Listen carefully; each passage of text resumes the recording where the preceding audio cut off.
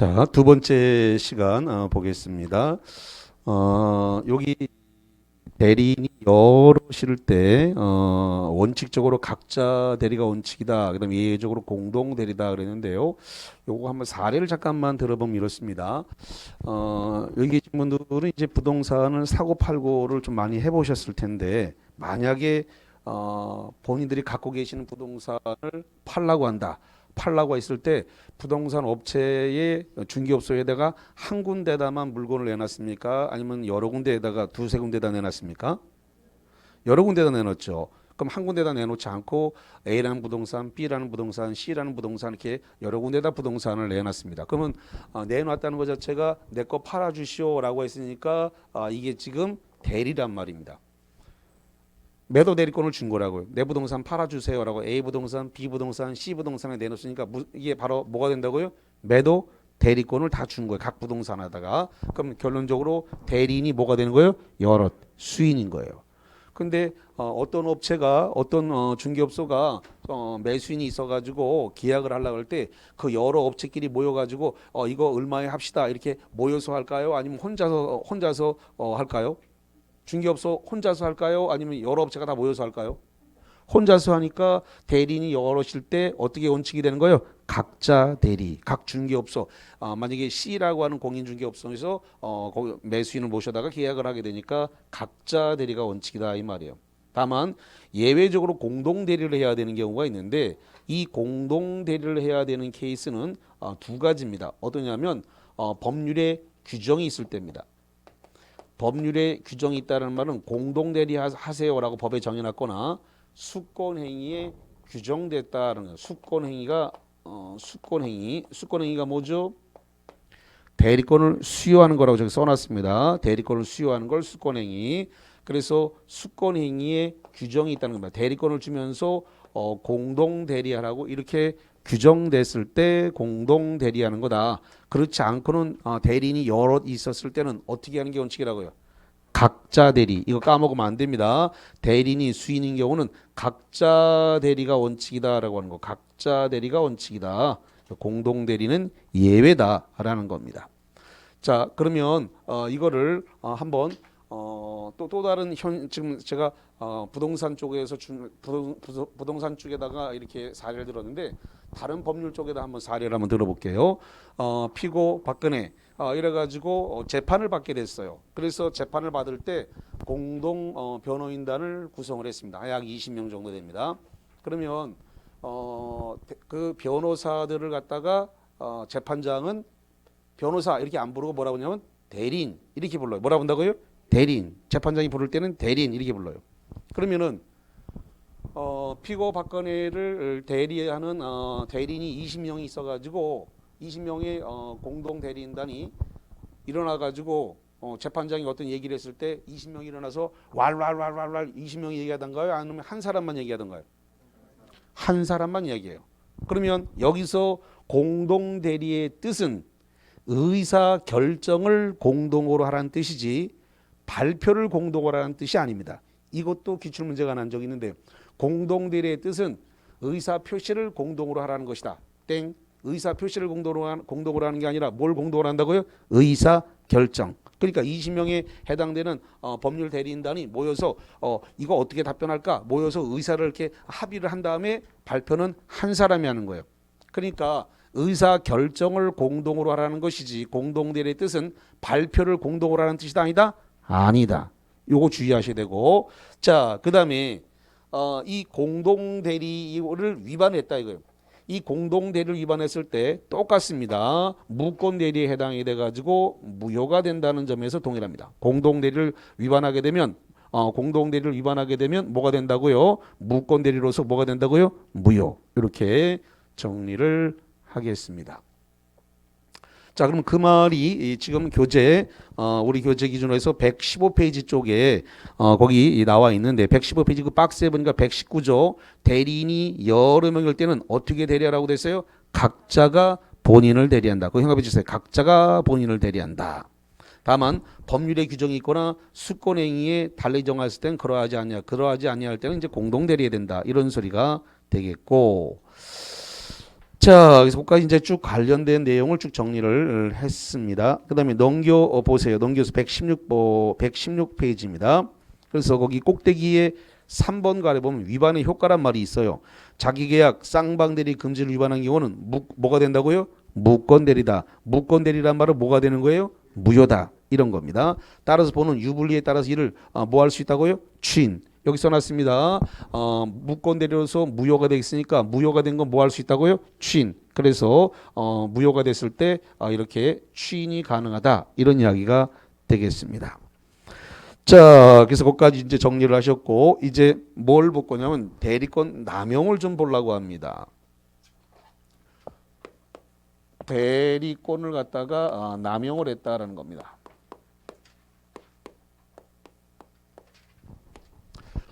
대리권을 남용했다라고 하는 이것은 원칙적으로 대리권을 남용되더라도 그 법률 행위는 유효입니다.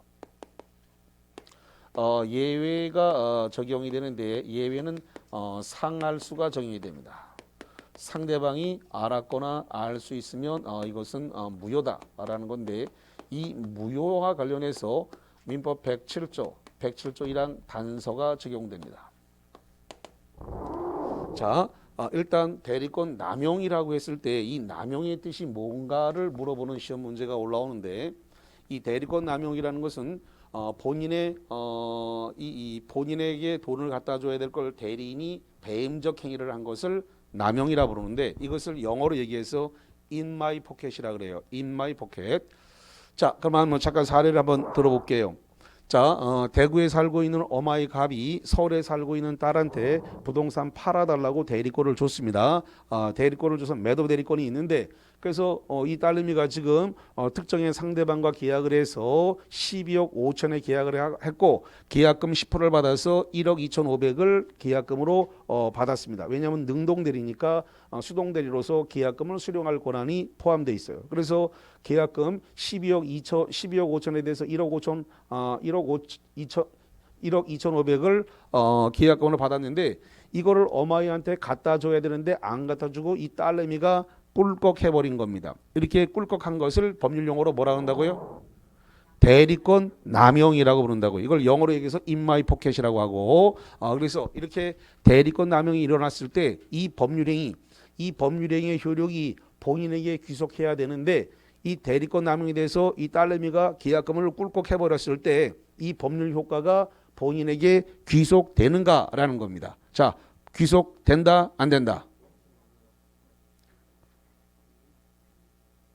자, 대리권 남용이 있었을 때, 이 대리권 남용이 있었을 때, 이게 지금 효과가 본인에게 귀속된다, 귀속되지 않는다? 귀속된다예요. 아무 말이 없는 상태는 그대로 원칙론을 이야기하는 거기 때문에 그대로 유효가 되는 겁니다. 유효가 된다고 하는 말은 그대로 법률 효과가 그대로 귀속이 된다.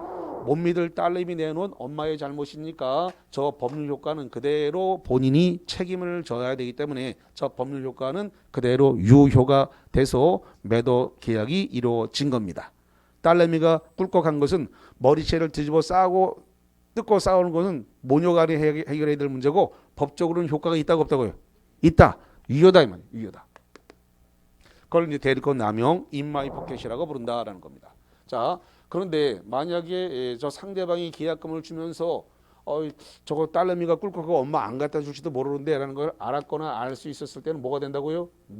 무효가 된다라고 하는 거예요. 대리권 남용이 있었을 때. 그래서 대법원 판례는 이 대리권 남용에 관해서 민법에 규정이 없기 때문에 민법 107조 1항 단서 규정을 유추 적용한다 이렇게 돼 있어요. 이 유추 적용한다의 뜻이 뭐냐면 법률에 규정이 없기 때문에 관련 규정을 끌어다 썼다라는 걸 끌어다 썼다를 유추 적용이라고 표현을 합니다. 자, 그다음에 대리권이 소멸하게 되는데 자, 대리권이 소멸했어요. 그래서 어떤 경우에 대리권이 소멸하는가라고 했더니 자, 두 가지 케이스인데 본인이 사망을 했어요. 본인이 사망을 하면 대리인이 갖고 있던 대리권이 소멸합니다. 그래서 이걸 어떻게 암기하냐면 이렇게 암기할 거예요. 본사 이렇게 암기할 겁니다. 본사 본인이 사망하면 대리권이 소멸한다. 자, 그다음에 대리인에 의해서 대리권이 소멸하는 경우가 있는데 대리인이 사망하거나 그다음에 또는 대리인이 파산을 하거나 대리인이 성년 후견 개시 결정이 났습니다. 이렇게 됐을 때도 대리권이 소멸하는데 이걸 어떻게 암기할 거냐면 이렇게 할 거예요. 대사파성 이렇게 암기할 겁니다. 대사파성 이렇게 대리인에 의한 사망, 대리인이 파산, 대리인이 성년 후견 개시 결정을 받으면 대리인에게 있던 대리권이 뭐 한다고요? 소멸한다. 자, 시험 문제가 자주 올라오는 것 중에 하나가 이게 자주 올라오는데 본인이 파산을 했다. 본인이 파산한 경우에 대리권이 소멸 사유냐 아니냐를 물어보는 시험 문제가 자주 올라옵니다. 자, 본인이 파산한 거 대리권 소멸 사유도 아니다. 오케이. 본인에 의해서 사망한 건 본인의 사망만 유일하게 대리권 소멸을 사유. 본인과 관련해서 대리권이 소멸할 수 있는 건 사망밖에 없어요. 그래서 본인의 파산은 대리권 소멸 사유가 아니다. 그러면 대리인이 파산한 것은 대리권 소멸 사유예요. 근데 본인이 파산한 것은 대리권 소멸 사유가 아니다. 요거 자주 물어보니까 혼동이 없도록 이렇게 해 주시고, 그 다음에 대리권 소멸 사유 중에서 임의 대리에서 임의 대리의 고유한 임의 대리에서 이 고유한 소멸 사유가 있는데 임의 대리의 고유한 소멸 사유는 뭐가 있는가? 그랬더니 원인된 법률 관계의 종료, 원인된 법률 관계의 종료다. 이 원인된 법률 관계의 종료는 뭘 말하는지 그러면 예를 들어서 어떤 사람이 어떤 회사에 고용이 돼 가지고 자동차를 가지고 영업 활동을 합니다. 그래서 본사에서 물건을 싣고 가서 대리점에다가 물품을 납품하고 또 돈을 좀 받아 영수해 오고 이런 영업 활동을 하는 사람인데 그게 고용 관계가 해소가 됐습니다. 고용 관계가 해소가 됐는데 왜 고용 관계가 해소됐는지 모르겠어요. 그 영업 활동을 하던 그 대리 그 영업 활동을 하던 직원이 사표를 냈는지 아니면 해고당했는지 모르겠지만 그렇게 고용 관계 해소가 되면 원인된 법률 관계의 종류로 인해서 임의 대리의 고유한 그 소멸 사유가 발생합니다. 그 다음에 수권행위. 이 수권행위가 뭐죠? 대리권을 수여한 거라고. 저 왼쪽에 수권행위가 뭐라 그랬다고요? 대리권을 수여한 것을 수권행위라고 그러는데 이 수권행위를 갖다가 취소를 하거나 철회가 있게 되면 대리권의 수권행위를 취소하거나 철회하게 되면 임의 대리의 고유한 소멸 사유가 된다라는 겁니다. 자, 그 다음에 민법 117조에서 규정하고 있는 대리인의 능력을 요구되는데 대리인의 능력입니다. 대리인의 능력은 민법 117조의 규정이 나와 있는데 뭐라고 되냐면 대리인은 행위 능력자임을 요하지 않는다 이렇게 되어 있습니다. 대리인은 행위 능력자.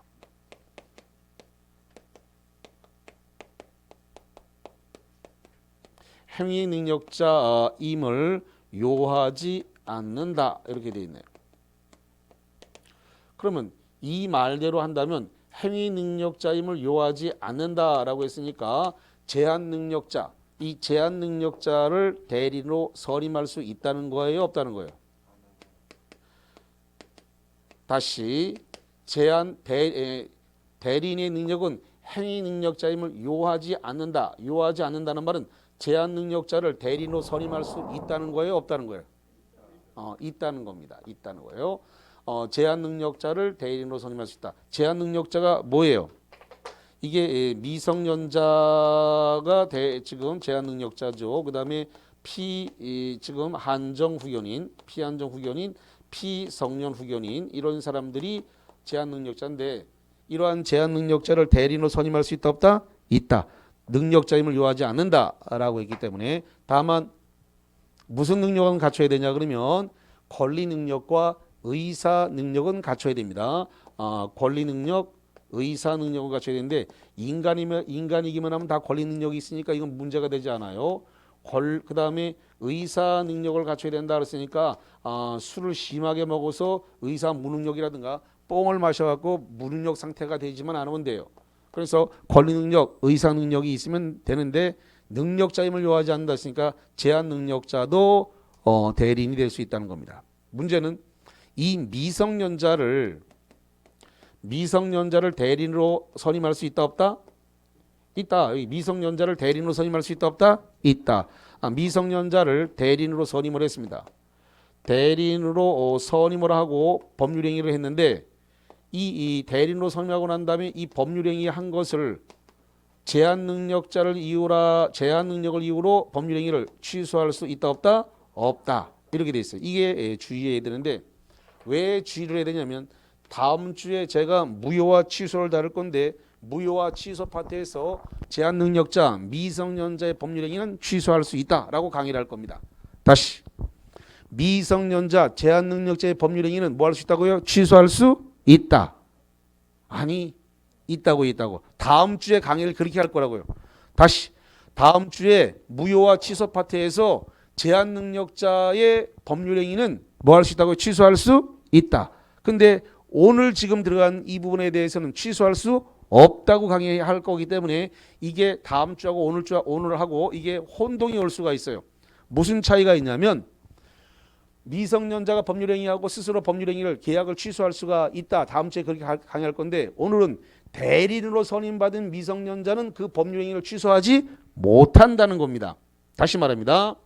미성년자를 대리인으로 선임하고 난 다음에 법률행위 했을 때 미성년자를 이유로 취소가 된다 안 된다? 안 된다. 그럼 다음 주에는 미성년자가 대리인으로 선임된 게 아니고 미성년자 스스로 법률행위 한 부분에 대해서는 대리인의 지위가 아니라 그냥 본인의 지위에서 미성년자가 법률행위 한 부분에 대해서는 뭐 할 수 있다고 취소할 수 있다. 근데 대리인으로 선임받아갖고 법률행위 한 부분은 취소할 수 없다. 이 부분이 명확하게 안 되시면 시험 문제에서 굉장히 잘 속아버려요.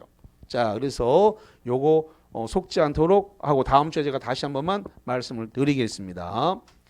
자, 그 다음에 이제 뭘 할 거냐면 대리행위의 하자를 볼 겁니다.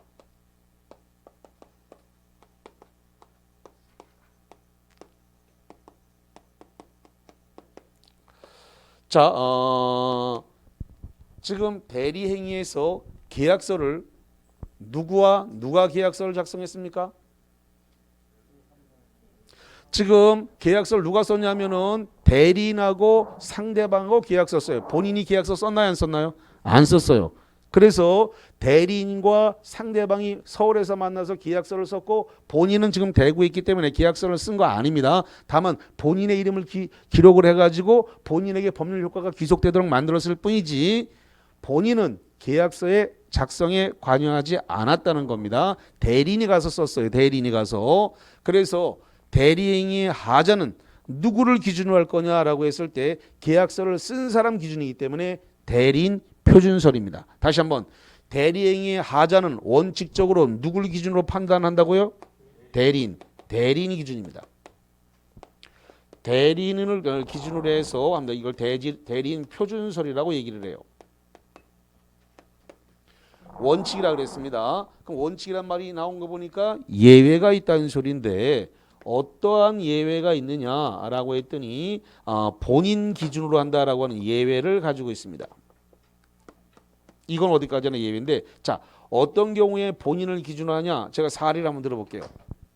자 대리인이 계약서를 쓰려고 자 계약서를 딱 앞에다 놨습니다.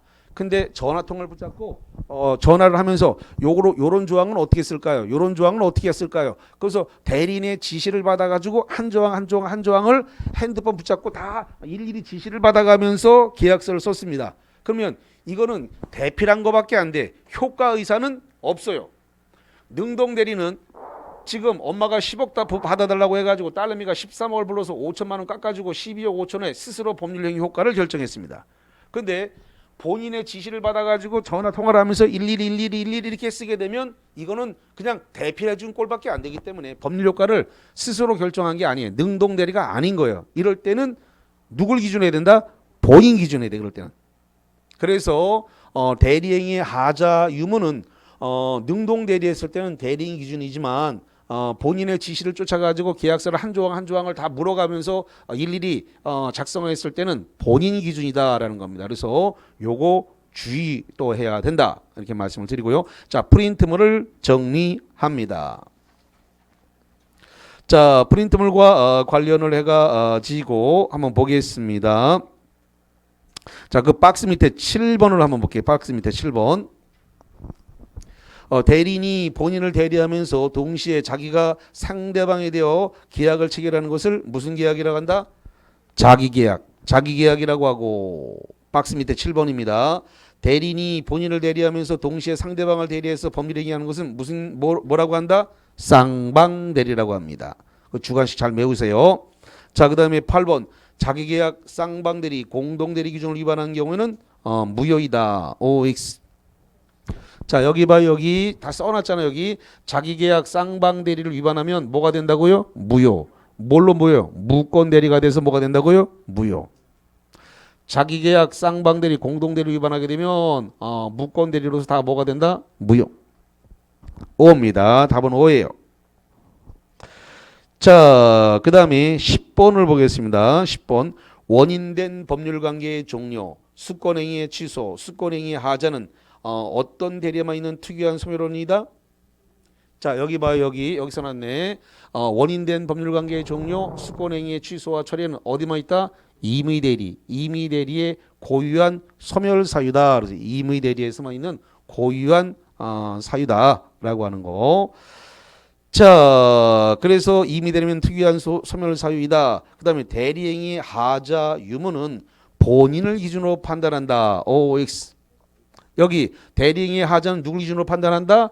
대리인. 대리인 기준으로 판단해야 되니까 X. 본인 판단 아니다. 본인 판단은 예외가 되는 거예요. 자, 그 다음에 11번이 되겠습니다. 11번으로 가서 대리인이 제한 능력자이더라도 본인은 대리인의 제한 능력을 이유로 그 대리 행위를 취소할 수 없다. OX. 이거 미성년자를 대리인으로 선임했다. 제한 능력자를 대리인으로 선임했다 하더라도 그 법률 행위 한 부분에 대해서 제한 능력을 이유로 취소할 수 있다 없다? 없다라고 하는 거. 자, 그래서 거기까지 관련 내용을 쭉 정리를 했습니다. 자, 그러면 거기 교재에 있는 문제를 잠깐만 봐 드리도록 하겠습니다. 교재에 있는 문제를 좀 보죠. 프린트물이 아니라 교재에 있는 문제 봐 드릴 거예요. 자, 어디를 가냐면 151페이지 쪽으로 가봅니다. 151페이지에 거기 하단부에 02번 문제를 볼 건데 그 해설과 답을 가립니다. 오른쪽에 파란색 부분에 해설과 답을 메일 정리 노트로 다 가린 다음에 시작을 합니다. 자, 그러면 02번 대리인에 관한 설명으로 틀린 것은 거기 5번 동그라미부터 보겠습니다. 대리인이 수인이란 말은 여럿이라는 거예요. 대리인이 수인 여러 명일 때는 법률이나 수권행위로 다른 정함이 없으면 각자가 본인을 대리한다. OX. 이거 대리인이 여러 수인일 때는 어떻게 대리하라고요? 각자가 대리를 한다. 그래서 5번 맞는 겁니다. 자, 4번 봅니다. 대리인에 대해서 성년 후견 개시가 되면 대리권은 소멸한다. OX.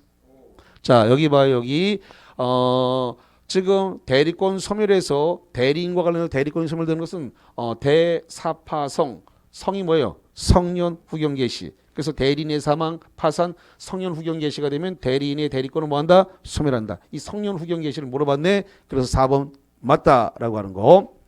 자, 그 다음에 3번 갑니다. 대리는 권한 내에서 3번으로 넘어가겠습니다. 아주 복대리가 되기 때문에 복대리는 쉬었다가 복대리는 조금 이따 칠판 지우고 들어갈 거니까 지금 복대리 안에서 넘어가겠습니다. 자, 2번 갑니다. 수권행위로 권한을 정하지 않은 경우에 대리는 대리의 목적인 물건이나 권리의 성질이 변하지 않는 범위 내에서 그 이용행위를 할 수 있다. 2번 오다 X다. 자, 이거죠. 대리권에서 수권행위에서 범위가 정해지지 않았을 때는 이용계량행위는 어디까지만 다 성질을 변하지 않는 범위 내에서만 허용된다. 그래서 2번까지 정리를 했습니다. 자, 그 02번은 복대리까지 알아야 문제가 풀리기 때문에 지금 거기 1번과 3번, 거기 2번에 1번과 3번은 복대리까지 알아야 문제가 풀리기 때문에 지금 풀 수가 없습니다. 자, 그 정도 하고 이제 넘어갑니다. 어디로 넘어갈 거냐면 125페이지로 넘어갑니다. 교재 125페이지 제목이 뭐로 되어 있냐면 복대리라고 되어 있습니다. 복대리. 자, 복대리를 볼게요. 자, 그러면 복대리와 관련된 내용.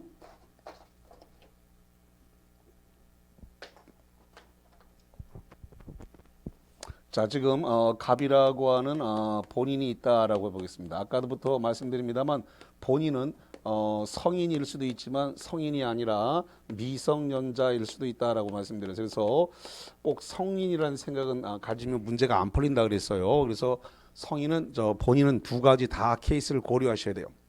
자, 이 본인을 대리해 가지고 을이라고 하는 대리인을 선임했습니다. 근데 이 대리인이 어떤 사유가 생겨가지고 또 다른 대리인을 선임하려고 그래요. 이 또 다른 대리인을 갖다가 복대리인이라고 불러요. 자, 이렇게 됐을 때 이 대리인이 복대리인을 선임하는 걸 이걸 뭐라고 부르냐면 복임권이라고 부릅니다. 무슨 권이라고 한다고요? 복임권. 이걸 복임권이라고 불러요. 자, 그러면 이 대리인이 복대리를 선임할 수 있는 이러한 복임권을 법정 대리와 임의 대리로 나눠서 보고자 합니다. 그래서 법정 대리인이 복대리인을 선임했는지 임의 대리인이 복대리인을 선임했는지로 두 가지로 케이스를 나눠서 보겠다는 겁니다. 자, 법정 대리인은 원칙적으로 언제나 복대리인을 선임할 수 있습니다.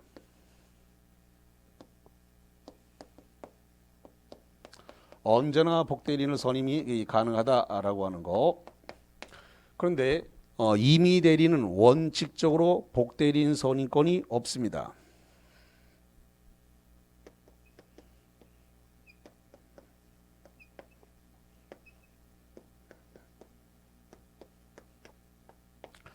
자, 그래서 원칙에서 확 차이가 나버리네요. 법정 대리는 복대리인을 선임이 가능하지만 그러나 임의 대리는 복대리인을 선임할 권한이 없다라는 겁니다. 법정 대리는 예외적으로도 선임권이 있는데 어떤 경우에 선임권이 가능하냐 그랬더니 예외적으로 어떤 경우에 가능하냐 그랬더니 지금 부득이한 사유가 있을 때 부득이한 사유가 있으면은 법정 대리가 복대리를 선임할 수 있다. 임의 대리는 원칙적으로 없지만 예외적으로만 있는데 어떤 경우에 있느냐 그랬더니 본인이 승낙을 했다는 겁니다. 본인의 승낙.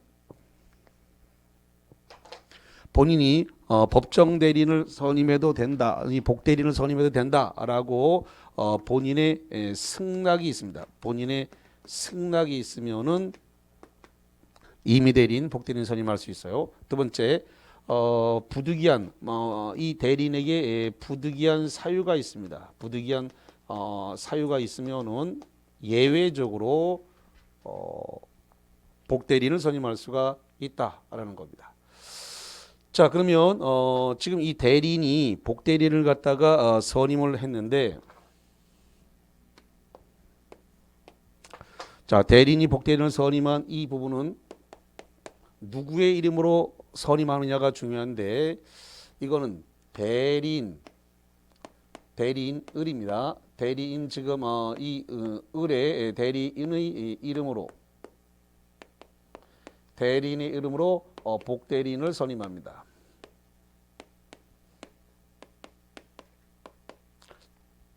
자, 지금 대리인의 이름으로 선임을 했어요. 그래서 이 부분이 시험 문제가 나올 때 본인의 이름으로 선임한다 이렇게 시험 문제를 주는데 틀리게 됩니다.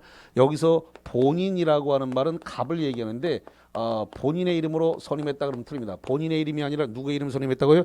대리인, 을의 이름으로 복대리인을 선임했다라고 하는 겁니다. 그렇기 때문에 대리인이 복대리인을 선임하는 행위가 이게 대리 행위냐 아니냐를 물어보게 됩니다. 대리인의 이름으로 복대리를 선임하는 행위는 이것은 대리인의 대리 행위인가? 이게 기출문제 여러 번 났습니다. 자, 대리 행위일까요? 아닐까요? 이게 기출문제로 여러 번 났습니다. 자, 이거 대리인의 이름으로 복대리인을 선임하는 행위는 대리인의 대리 행위일까요? 아닐까요? 아니에요. 자기 이름으로 선임했으니까 대리행위. 본인의 이름으로 대리인을 선임하게 되면 대리행위가 돼요. 다시 한번. 대리인이 누구의 이름으로 선임을 한다고요? 본인의 이름으로 대리인을 선임하면 대리행위가 되는데 자기 이름으로 이 복대리를 선임했기 때문에 대리인이 복대리를 선임하는 행위는 대리행위다 아니다? 아니다. 그래서 이게 논점이 대리행위냐 아니냐를 물어보는 게 이 논점이 그 주의해야 되고 자, 두 번째로서 지금 대리인이 복대리인을 선임했을 때 자, 복대리인 이 복대리인을 갖다가 선임 시 대리권 이 대리인의 이 대리권이 소멸하느냐 이걸 물어보게 되는데 복대리인은 선임 시 대리인의 대리권은 소멸하지 않는다예요. 요걸 조심하셔야 돼요. 그래서 대리인이 복대리인을 선임한다 하더라도 대리인이 갖고 있던 대리권은 뭐 하지 않는다고요? 소멸하지 않는다. 소멸한다 그러면 틀립니다. 소멸하지 않는다. 자, 왜 소멸하지 않느냐 그랬더니 이유가 있더라는 겁니다. 왜 있느냐 그랬더니 이 대리권이 소멸하지 않는 이유는 저 대리인이 복대리인을 갖다가 선임 감독해야 되기 때문에 감독을 해야 되기 때문에 이 소멸시킬 수 없습니다. 이게 무슨 소리냐면 지금 임의대리 같은 경우에 본인의 승낙을 받아갖고 대리인이 복대리를 선임하거나 부득이한 사유가 있어서 선임을 했을 때 이 케이스에 발생을 하게 되면은 이 대리인이 선임 감독상의 책임을 져야 됩니다.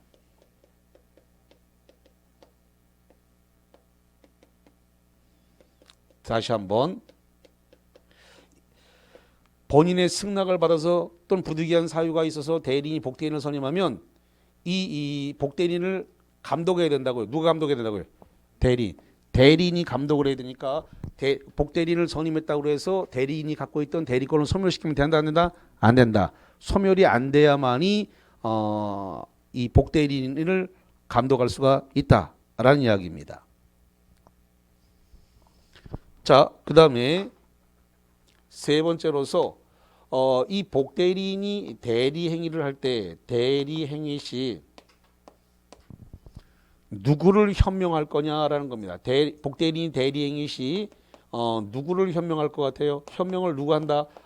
그래서 현명을 을을 현명해야 돼요? 갑을 현명해야 돼요? 갑을 현명해야 돼요. 왜냐?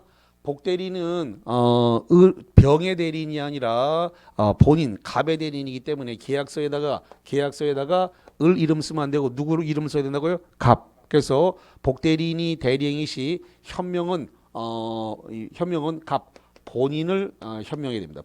본인 갑을 현명할 것입니다. 본인을 현명해야 된다. 그렇기 때문에 지금 복대리는 대리인의 대리인이 아닙니다. 다시 한번 이 복대리인은 대리인은 을인데 대리인의 대리인이다 아니다. 대리인 아니다입니다. 복대리인은 대리인의 대리인이 아니다라고 하는 거. 자, 그다음에 네 번째 복대리인의 권한은 복대리인의 권한, 이 복대리인의 권한은 대리인, 이 대리인의 권한과 같거나 작아야 됩니다.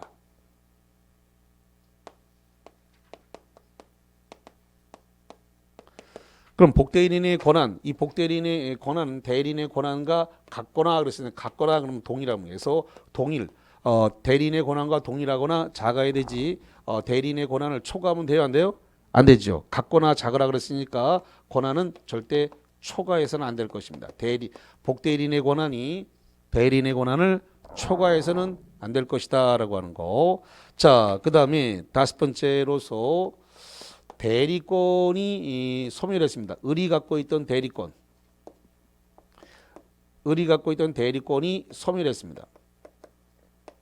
대리권이 소멸하게 되면 복대리권, 병이 갖고 있던 이 병이 가지고 있던 복대리권, 이 복대리권도 소멸하게 됩니다.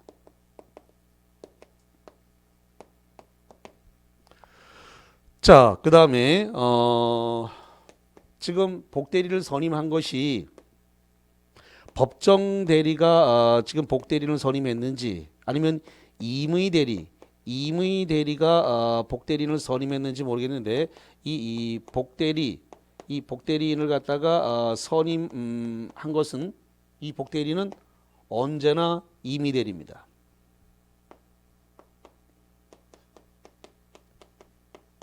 자, 다시 할게요. 법정 대리인이 복대리를 선임했는지 임의 대리인이 복대리를 선임했는지 모르지만 복대리인의 지위는 언제나 무슨 대리라고요? 임의 대리다. 임의 대리. 자, 그 다음에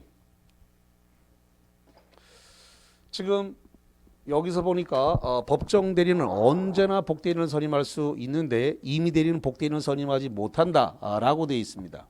자, 이게 무슨 책이냐면 이런 건데 지금 이 본인이 성인일 수도 있지만 미성년자일 수도 있다고 그랬습니다. 그러면 이게 미성년자라고 했을 때 예를 들어서 만 15세다라고 해볼게요. 만 15세에 해당하는 이 미성년자가 형사사건에 연루가 됐습니다. 재판을 받습니다. 만 14세가 넘어가면 형사사건의 재판에 받게 됩니다. 그래서 일단 형사 책임을 져야 됩니다. 그래서 재판을 받게 됐을 때 그러면 이 미성년자의 법정 대리인 누가 돼요?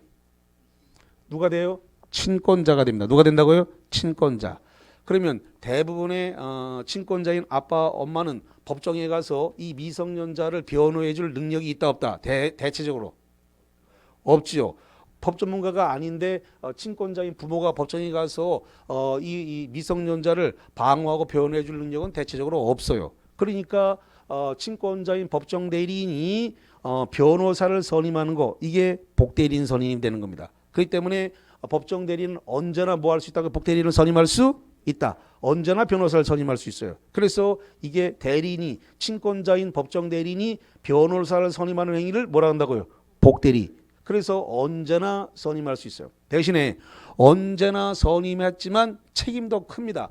책임이 어떻게 크냐 그랬더니 언제나 선임했지만 책임은 무제한 무과실 책임입니다. 무제한 무과실 책임을 져야 됩니다.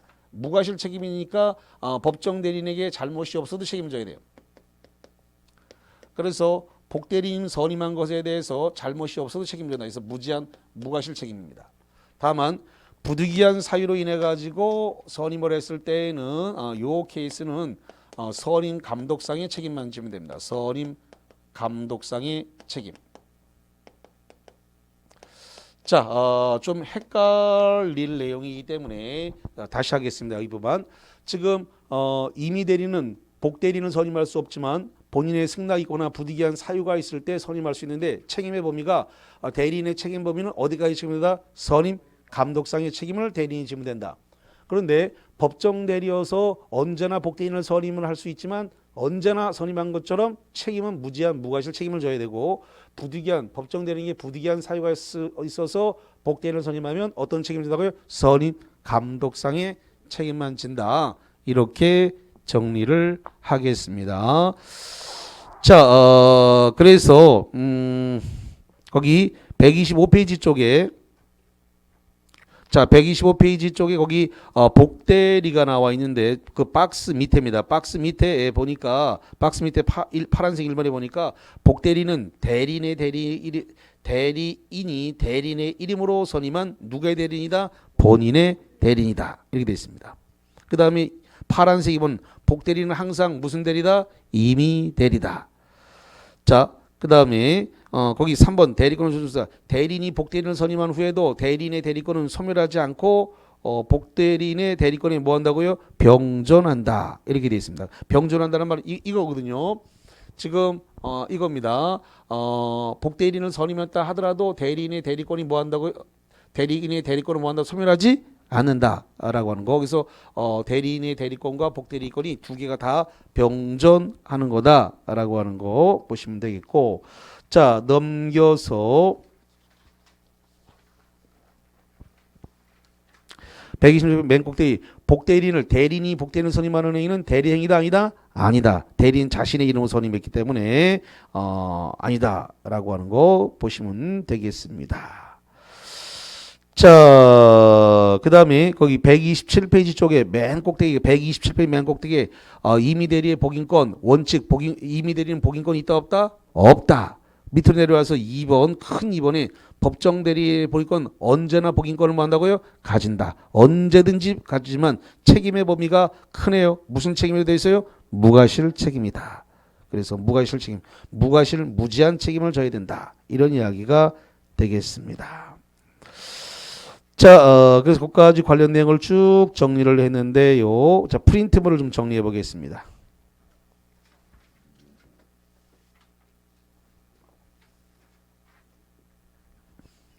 자, 프린트물과 관련해 가지고 12번을 한번 보겠습니다. 12번 프린트물 12번 법정 대리인은 임의 대리인과 달리 언제나 복대리인을 선임할 수 있지만 슬러시 잘라서 여기까지 맞아들이다. 맞다. 법정 대리인은 언제나 복대리인을 선임할 수가 있어요. 원칙적으로 선임 감독에 관하여 책임을 져야 한다. OX. 자, 여기 봐요. 언제나 선임을 할 수 있는데 법정 대리인은 언제나 복대리인을 선임할 수 있는데 책임의 범위가 뭐다? 무제한, 무과실이지. 선임 감독상의 책임을 지는 건 아니에요. 선임 감독상의 책임을 지는 것은 어떤 경우에 부득이한 사유가 있을 때 선임 감독상의 책임이고 언제나 선임할 수 있지만 그 책임은 무제한, 무과실 책임이기 때문에 X.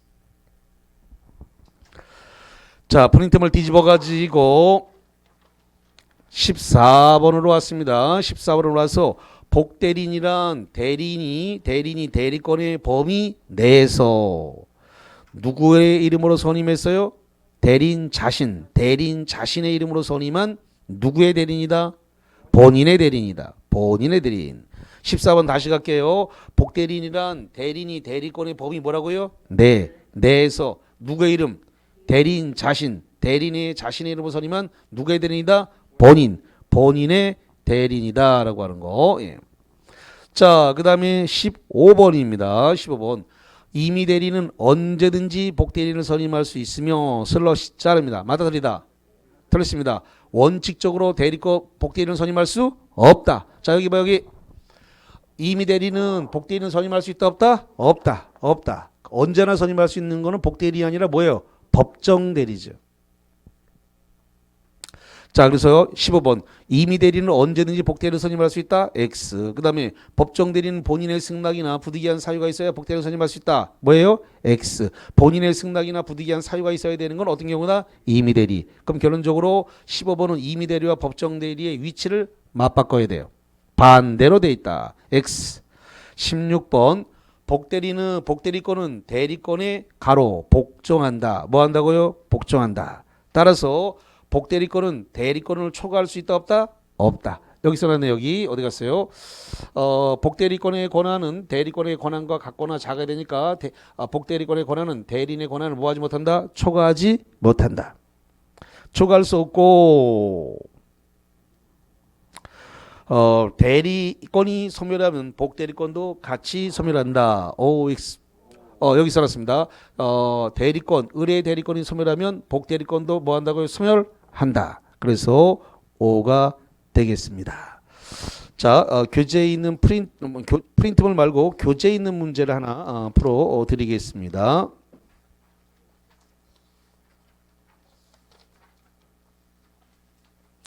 (152페이지입니다) 152페이지에 04번 문제를 풀어드리겠습니다. 오른쪽에 그 해설과 답을 가리고 갑니다. 일단 복대리에 관한 04번 복대리에 관한 설명을 틀린 것은 5번 동그라미부터 04번 5번 임의 대리인이 본인의 지명에 의하여 복대리인을 선임한 경우 이건 오늘 안 했으니까 넘어가겠습니다. 4번부터 04번에 4번 부득이한 사유로 복대리인을 선임한 법정 대리는 그 선임 감독에 관해서만 책임이 있다. OX. 자, 여기 봐, 여기 법정 대리인이 부득이한 사유가 있어 선임했을 때는 무슨 책임을 진다고요? 선임 감독상 책임. 만약에 언제나 선임했다 그러면 무제한 무과실 책임이지만 부득이한 사유, 법정 대리인이 부득이한 사유로 선임했을 때는 어떤 책임이라고요? 선임 감독상의 책임. 4번에 4번 동그라미 맞다. 자, 그 다음에 3번 동그라미로 가서 임의 대리는 본인의 승낙이 있으면 복대리인을 선임할 수 있다. 있어요, 없어요? 여기 써놨네. 임의 대리는 뭐 한다고요? 본인의 뭐 한다고요? 승낙. 본인의 승낙이 있으면 예외적으로 임의 대리인이 복대리인을 선임할 수 있다. 3번 이상 없고. 자, 그 다음에 2번. 복대리는 제3자에 대하여 대리인과 동일한 권리 의무가 있다. 동일한 권리 의무가 있어요, 없어요? 자, 여기 써놨습니다. 복대리인의 권한은 대리인의 권한과 뭐 한다고요? 같거나 동일하거나 작아야 된다. 그래서 3자에 대해서 동일한 권한과 의무를 갖습니다. 동일한 같다 이거예요. 같다. 그래서 맞는 말이고 그 다음에 031번 복대리는 권한 내에서 대리인을 대리한다. OX 자 여기 봅니다. 복대리는 대리인의 대리인이다 아니다? 아니다. 그래서 대리인을 대리하는 게 아니라 누굴 대리하는 거예요?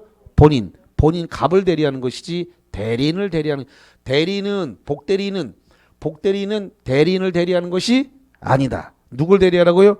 본인. 그래서 1번이 틀린 겁니다. 자, 이제 쉬었다가 와서 무권 대리를 할 건데 이 무권 대리는 매년 출제가 되는 겁니다. 한 해도 걸러가지 않고 나와요. 자, 쉬었다가 와서 볼 텐데 칠판을 다 지웁니다.